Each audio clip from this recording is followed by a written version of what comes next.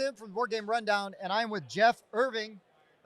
He is here at Origins at booth 731. We're at 831. He's 731. Yep. Easy to remember. Neighbors. And his game is Vrahode, and it's a gaming system. That's right. We're marketing it as a gaming system because it's kind of like what Hero Quest did. They said, hey, write content for it. So what we're trying to do is create a game system that invites people in. We're giving you a robust toolkit to work with, and what you do with it can be, it'll be up to you. So you can create your own campaigns, your own heroes, enemies, and even submit your content to our forums. What's the primary game style of Vrahode right now? Well, what we're offering, the sanctioned material that we're releasing, which is a core box, 3 expansions. Our Kickstarter is March 5th, so about 9 months away in 2024. Our game, I consider it kind of a mid-weight game. Okay. It's not basically the best way for me to describe it is if Gloomhaven had a baby with Hero Quest and Uncle Shadows of Brimstone raised a child in an art gallery, that would kind of be where we are. Yeah, I did notice. I was looking, you gave us a sheet earlier, and then I was looking at, because while you were busy, because I went to check, I was like, maybe he's not there and he's looking for us. But no, I was checking the artwork, and I'm a sucker for good art. Me too. Not every game has to have good art, but when a game does have good art, I'm super excited about it. Yeah, thank you. And so, do you have an artist? Is that you? Is it? No. We take credit for it. No, I'm just kidding. We have a global team of artists. Oh, fantastic. Francesca Barold from Italy, Moreno Paisan. We have Thomas Ray from Angers, France, who did our overland map. We have a team. I think we've got 6 Italians, 5 Brazilians, 2 Russians, 2 Aussies, 2 Brits, and 2 Americans on the team. Wow. So a very robust art team. Nice. Okay, so you've got, it looks like, what is the Harbinger 3D gaming system? Okay, well, to me, the Harbinger was the catalyst for this iteration of the Vrahode game system. It's really what got me excited to create it, because I felt like, I love companies like Dwarven Forge and those that are making this super elaborate resin, lighted torches, but that stuff is exceedingly expensive. And if you don't have the money, what I wanted to try to do is, how can I take a 3D terrain system, simplify it down, make it modular enough that I can actually include it in a game system. Oh, right on. And so our Harbinger 3D terrain system allows for you to build up to 5 level deep dungeons right on the tabletop. And it's stable. Mm-hmm. It has full color vinyl artwork that affixes to all the room and hall tiles, so you don't have to paint it. You just click it together like Legos. I can't paint. Me neither. I can do Lego. I can do Lego. You can do Lego. Paint.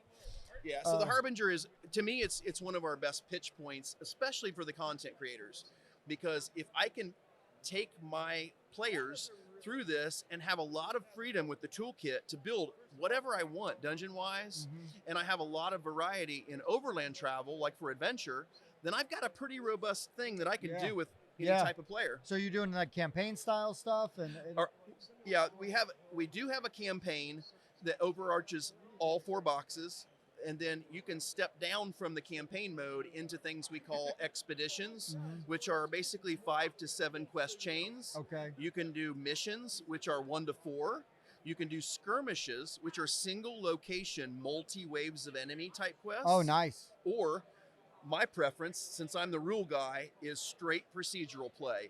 Let the cards in the box tell you how to play. Okay. And our core box comes with 1,487 cards in it. So just a few. Just a few. And over 100 miniatures. Wow. In the core box. Wow. Awesome. That is awesome. Yeah.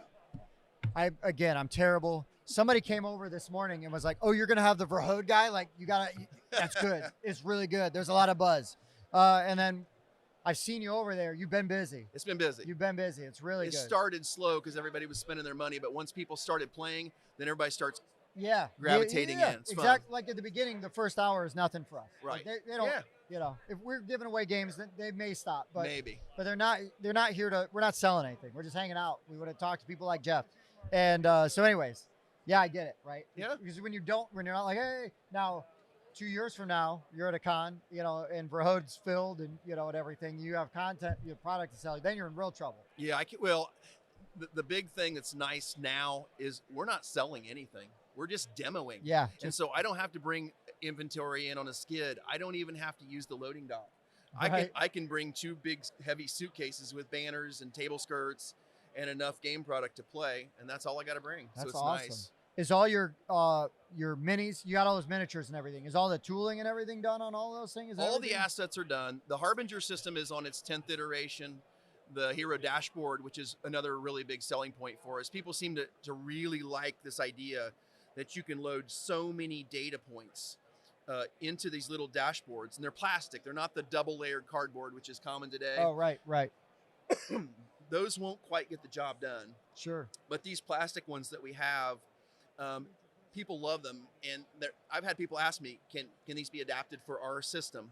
And right now they're just for us, right? Because the verbiage is specific to Vrahode, right? But they really do the heavy lifting for you, nice. So that if you can figure out how to manage this dashboard, the rest of the game's pretty easy. Sure, Sure. And it's nice when you've got a game like that because it's sort of once you understand it, it's easier to teach and everything. It all clicks, boom. That's what we're really trying for here is something that's easy to learn, easy to teach, because really, complex games are wonderful, but if you've only got two friends that want to play that level of commitment and they're never around, then it's just collecting dust. I want something that people want to get to the table, and it delivers on a lot of the promises that I hoped it would, in that, fantasy is so tropey. It's either Gygax or it's Tolkien that have influenced everything we see in fantasy. I decided that we needed to reset fantasy and re-explore what it could be. And so there are no humans, elves, dwarves, dragons in our game. Right. So you play things that are strange to you as a hero, and your enemies are just as strange. And so we're all kind of in the same boat of relearning what fantasy can be. Nice. And that's a lot of fun because the wonderment of what you're exploring goes up because you're like, what is this? Well, it's in my experience, I'll just nerd out on my old D&D stuff real quick. Is in my experience, some of my favorite D&D stuff, I had a really good game master who ran our games, and he wouldn't just be like, oh, here's a troll. Like it was like a buildup. Like you don't know what the hell it is coming at you until maybe after it bursts out of the bushes, it attacks you. Then you're like, wait, I think that's a thing. And he would always maybe change up like how they look like a little bit to keep you on your toes. Exactly. Because it's no fun when you got the guy like looking at the monster manual and he's like, well, right out of the book, this is going to have 35 hit points. It's like, oh, that's dumb. Well, we've built a lot of stuff into this system to increase replayability. Yeah. One of the ways we do that is through enemy behaviors. So if you fight an enemy and it's got a special attack, for example, the next time you face it, if it has a behavior, it may be a whole different challenge because it may be stealthy. You may not even be able to hit it until it hits you, or you may have to hit it successfully twice before it takes damage. Right. And so this deck constantly mixes up even the most common enemies to give you new challenges every time you face them. Nice. So, I mean, another thing, if you're going to spend some good money on a game, replayability. You got to play it more than once, right? Absolutely. You got to be able to have some fun with it and do stuff. Like really like dig in. And again, if it's more accessible and other people who maybe wouldn't even get into like a Gloomhaven, I love Gloomhaven and I love what Gloomhaven does. They, many of the opportunities they had to make rules for that system, they erred on the side of realism. They erred on the side of tactical depth. Right. We had hundreds of opportunities to do something similar, but in our system, every single time, given those choices, we always opted towards fun, fast, and consequential. Just keep it going, right? Because as beautiful as Gloomhaven is, there's times when, depending on the player I choose, I may not get to do anything a turn. I just kind of have to sit back and wait. Right. This one gives you, at any given turn, you're going to be able to move, but you also have a choice of either a physical attack, a racial ability based on the race that you've chosen, or you can spend magic and do a skill. Okay. And so almost every turn, you're going to have the opportunity to do one of those things. Sounds awesome. Yeah. Sounds awesome. And again, heavier games, any of them, not just Gloomhaven, any heavy game, sometimes they can grind to a halt, and you got to like figure some stuff out.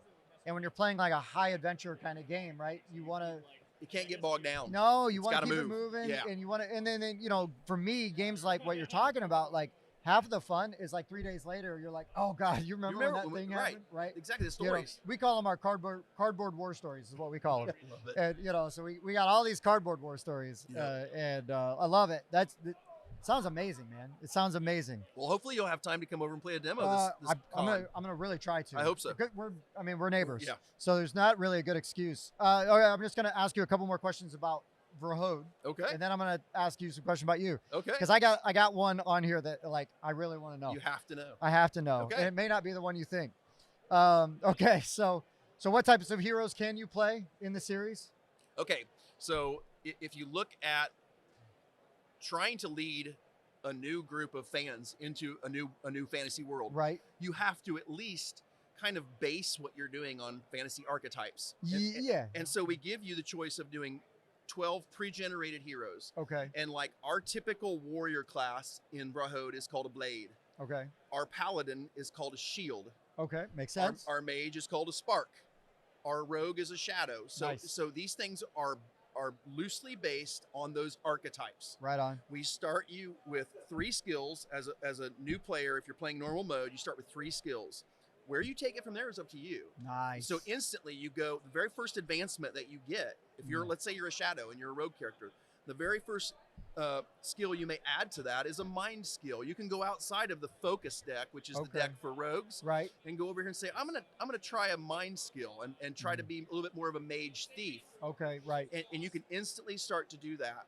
We give you a lot of skills. Each of our skill decks, and there are 5 in the game, so we kind of have 5 schools of magic, has 54 cards. Oh, wow. Right on. So you can see there's a lot of variety. What we do, though, is like on pet classes like hunters, where we call them wardens in our game system, where you can summon or tame pets. Nice. We only allow 1 of that skill in the game. Oh, sure. Same thing with our Dreamcatcher mage. She's the only one that can summon this Dream Sentinel, because what happens is if you allow multiple players to choose this, the board is just cluttered with tons of minis. Crazy. And then again, you're bogged down. You're grinding to a That's it. stop. So we want to force the asymmetry, and we want to force the complementary skills of the group together as much as possible without having things just break. Right, you know? right. And it's also way more fun when you have variety in the, it's only so good if everybody's like, well, we're all barbarians. Yep. Like, okay, well, I guess we're going to just smash everything. Yeah.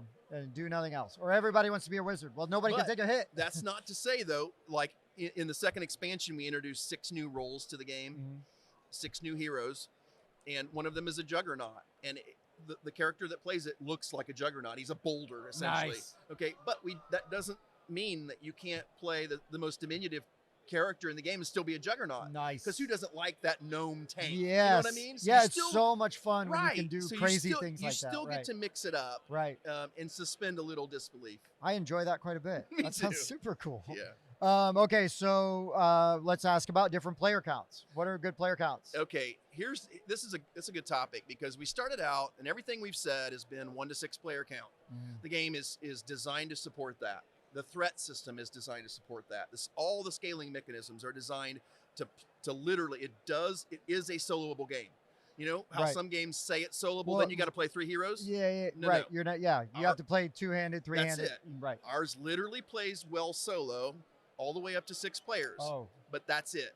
Because the threat system is based on 1 to 6 player count, and all of the scaling mechanisms are based on 1 to 6. Do more players add like a lot more time to the game? It does add time, and it changes the experience because the threat system is a scaling mechanism. If you play solo in our game, it's almost like a roguelike.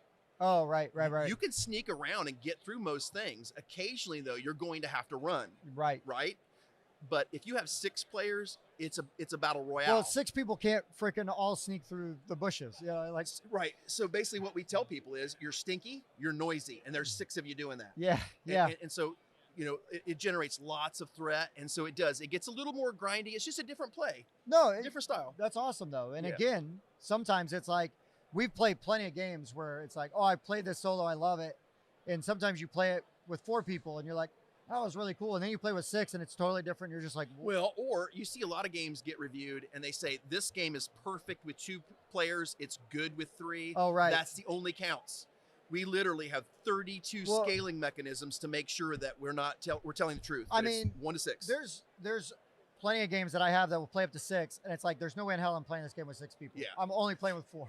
Well, that's why I was getting to that point about player count. We decided to change the player count from plays with 1 to 6 players, 1 to 4 plus. Oh, sure. What that means is we give you 4 hero dashboards in the core box, and in the pledge manager, if you have a 5 or 6 game gaming group and you want to pay for those, you can. But we don't think it's fair to charge every person for 6 dashboards when they're not going to use them. Right. So what we're trying to do is keep the game costs down. That's awesome. Yeah. So it's because it's very easy to just go, oh, here's everything, and Yeah. you need all of it. Pledge manager. We have an amazing pledge manager. We have amazing partners. We're partnering with Ravenwood Woodworks out of Vancouver, Washington. They're making some amazing game accessories for us. You'll be able to get our dashboards in zebra wood and resin live edge. Get out of here. Wow. I mean, you're going to be able to buy custom dice sets in these exotic woods. Right. I mean, these people are like wormwood without the drama. Right. I mean, this is quality. That's awesome. That's awesome. And then we're also partnering with Tabletone. They're making a custom music and ambient audio app for us. Oh, very cool. And they've been helping. They're incorporating all of our lore and verbiage from the game into this app. And so anytime you're in a setting, you'll be able to match that. Oh, dang. That's very cool. That's a new thing that's kind of like starting to happen. But right? it's not app driven. Sure. You know what I mean? No. It's a complementary thing. Right. It's just about immersion. I mean, sometimes when we were playing a Star Wars game and you just bring up a John Williams score. You throw in the score. And Yeah. you listen to that in the background while you play, right? Absolutely. All right. I'm going to ask you about you now. Oh, gosh. I know. Here we go. Well, first, you're a Hoosier, fellow Hoosier. Yes. From Muncie. Do you know what the definition of a Hoosier is? No. You don't? You're a Hoosier? Yeah. Uneducated hill folk. Okay. There we are. We got no expectations now. We're good, man. We set the bar real low right out the bat. We're like Cousin Eddie out the street. That's- Just cleaning out the... Yeah. Exactly.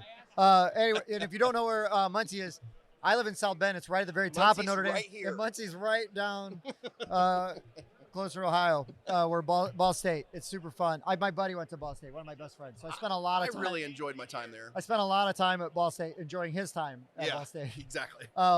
But okay, so so your first game design was a fantasy version of Axis and Allies. So you like Axis and Allies, right? I grew up. I cut my teeth on the whole Milton Bradley Master Series, Shogun, Broadsides and Boarding Parties, Conquest of the Empire, Fortress America. Loved them all. I love the dice chuckers. You know, where you got 5 chances for a 4 or less. Yeah, let's go. 4 chances for 3 or less. I mean, I love that kind of stuff. Right. And so I came up with this idea using my world of Vrahode, where you have fantasy generals, and the generals, through their magic, could enhance the troops under their command. Oh, right. So if you have archers under this type of general, they have +1 range. Or if you have warriors, they have +1 damage. Or, you know what I mean? Things like that. Right. But that wasn't the right approach for Vrahode. The best way to tell the story, the one I always wanted to get out there, was this format, which is adventure and dungeon crawl. So maybe down the road you have like a. It's possible that an area control game for Vrahode might end up happening on a larger scale. Yep. It kind of reminds me. I'm going to go on another D&D tangent real quick. Did you play D&D? Oh yeah. Okay. My first one was the yellow cover AD&D first edition. That's what I started with. So I started on just Advanced Dungeons and Dragons. Yeah, and that's what then we got into it real like 3rd edition was like the big one. And then I fell off after a while because my dungeon master moved away and he was like awesome.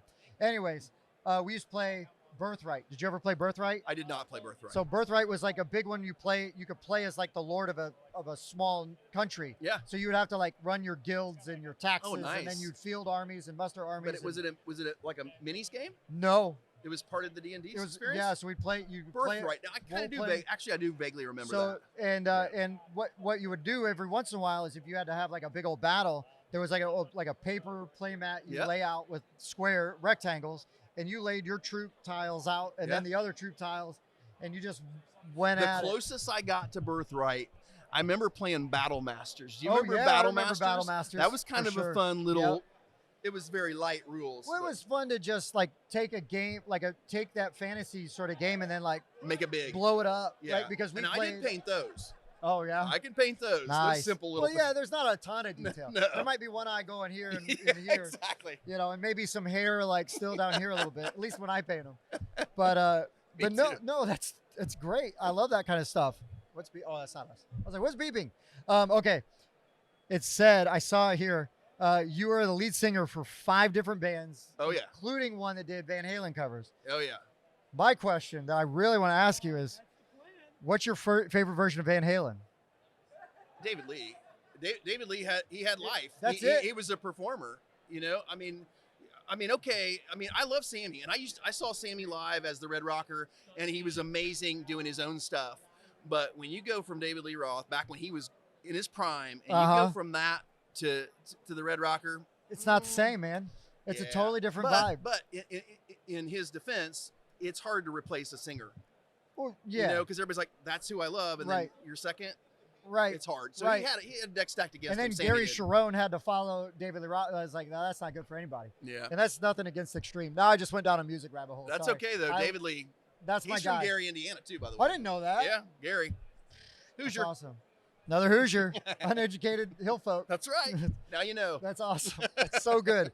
Also, I saw here, and you know, it's bait. You put it out here. I got to ask. I got to do it. How did you win a karate tournament by acting like a cat?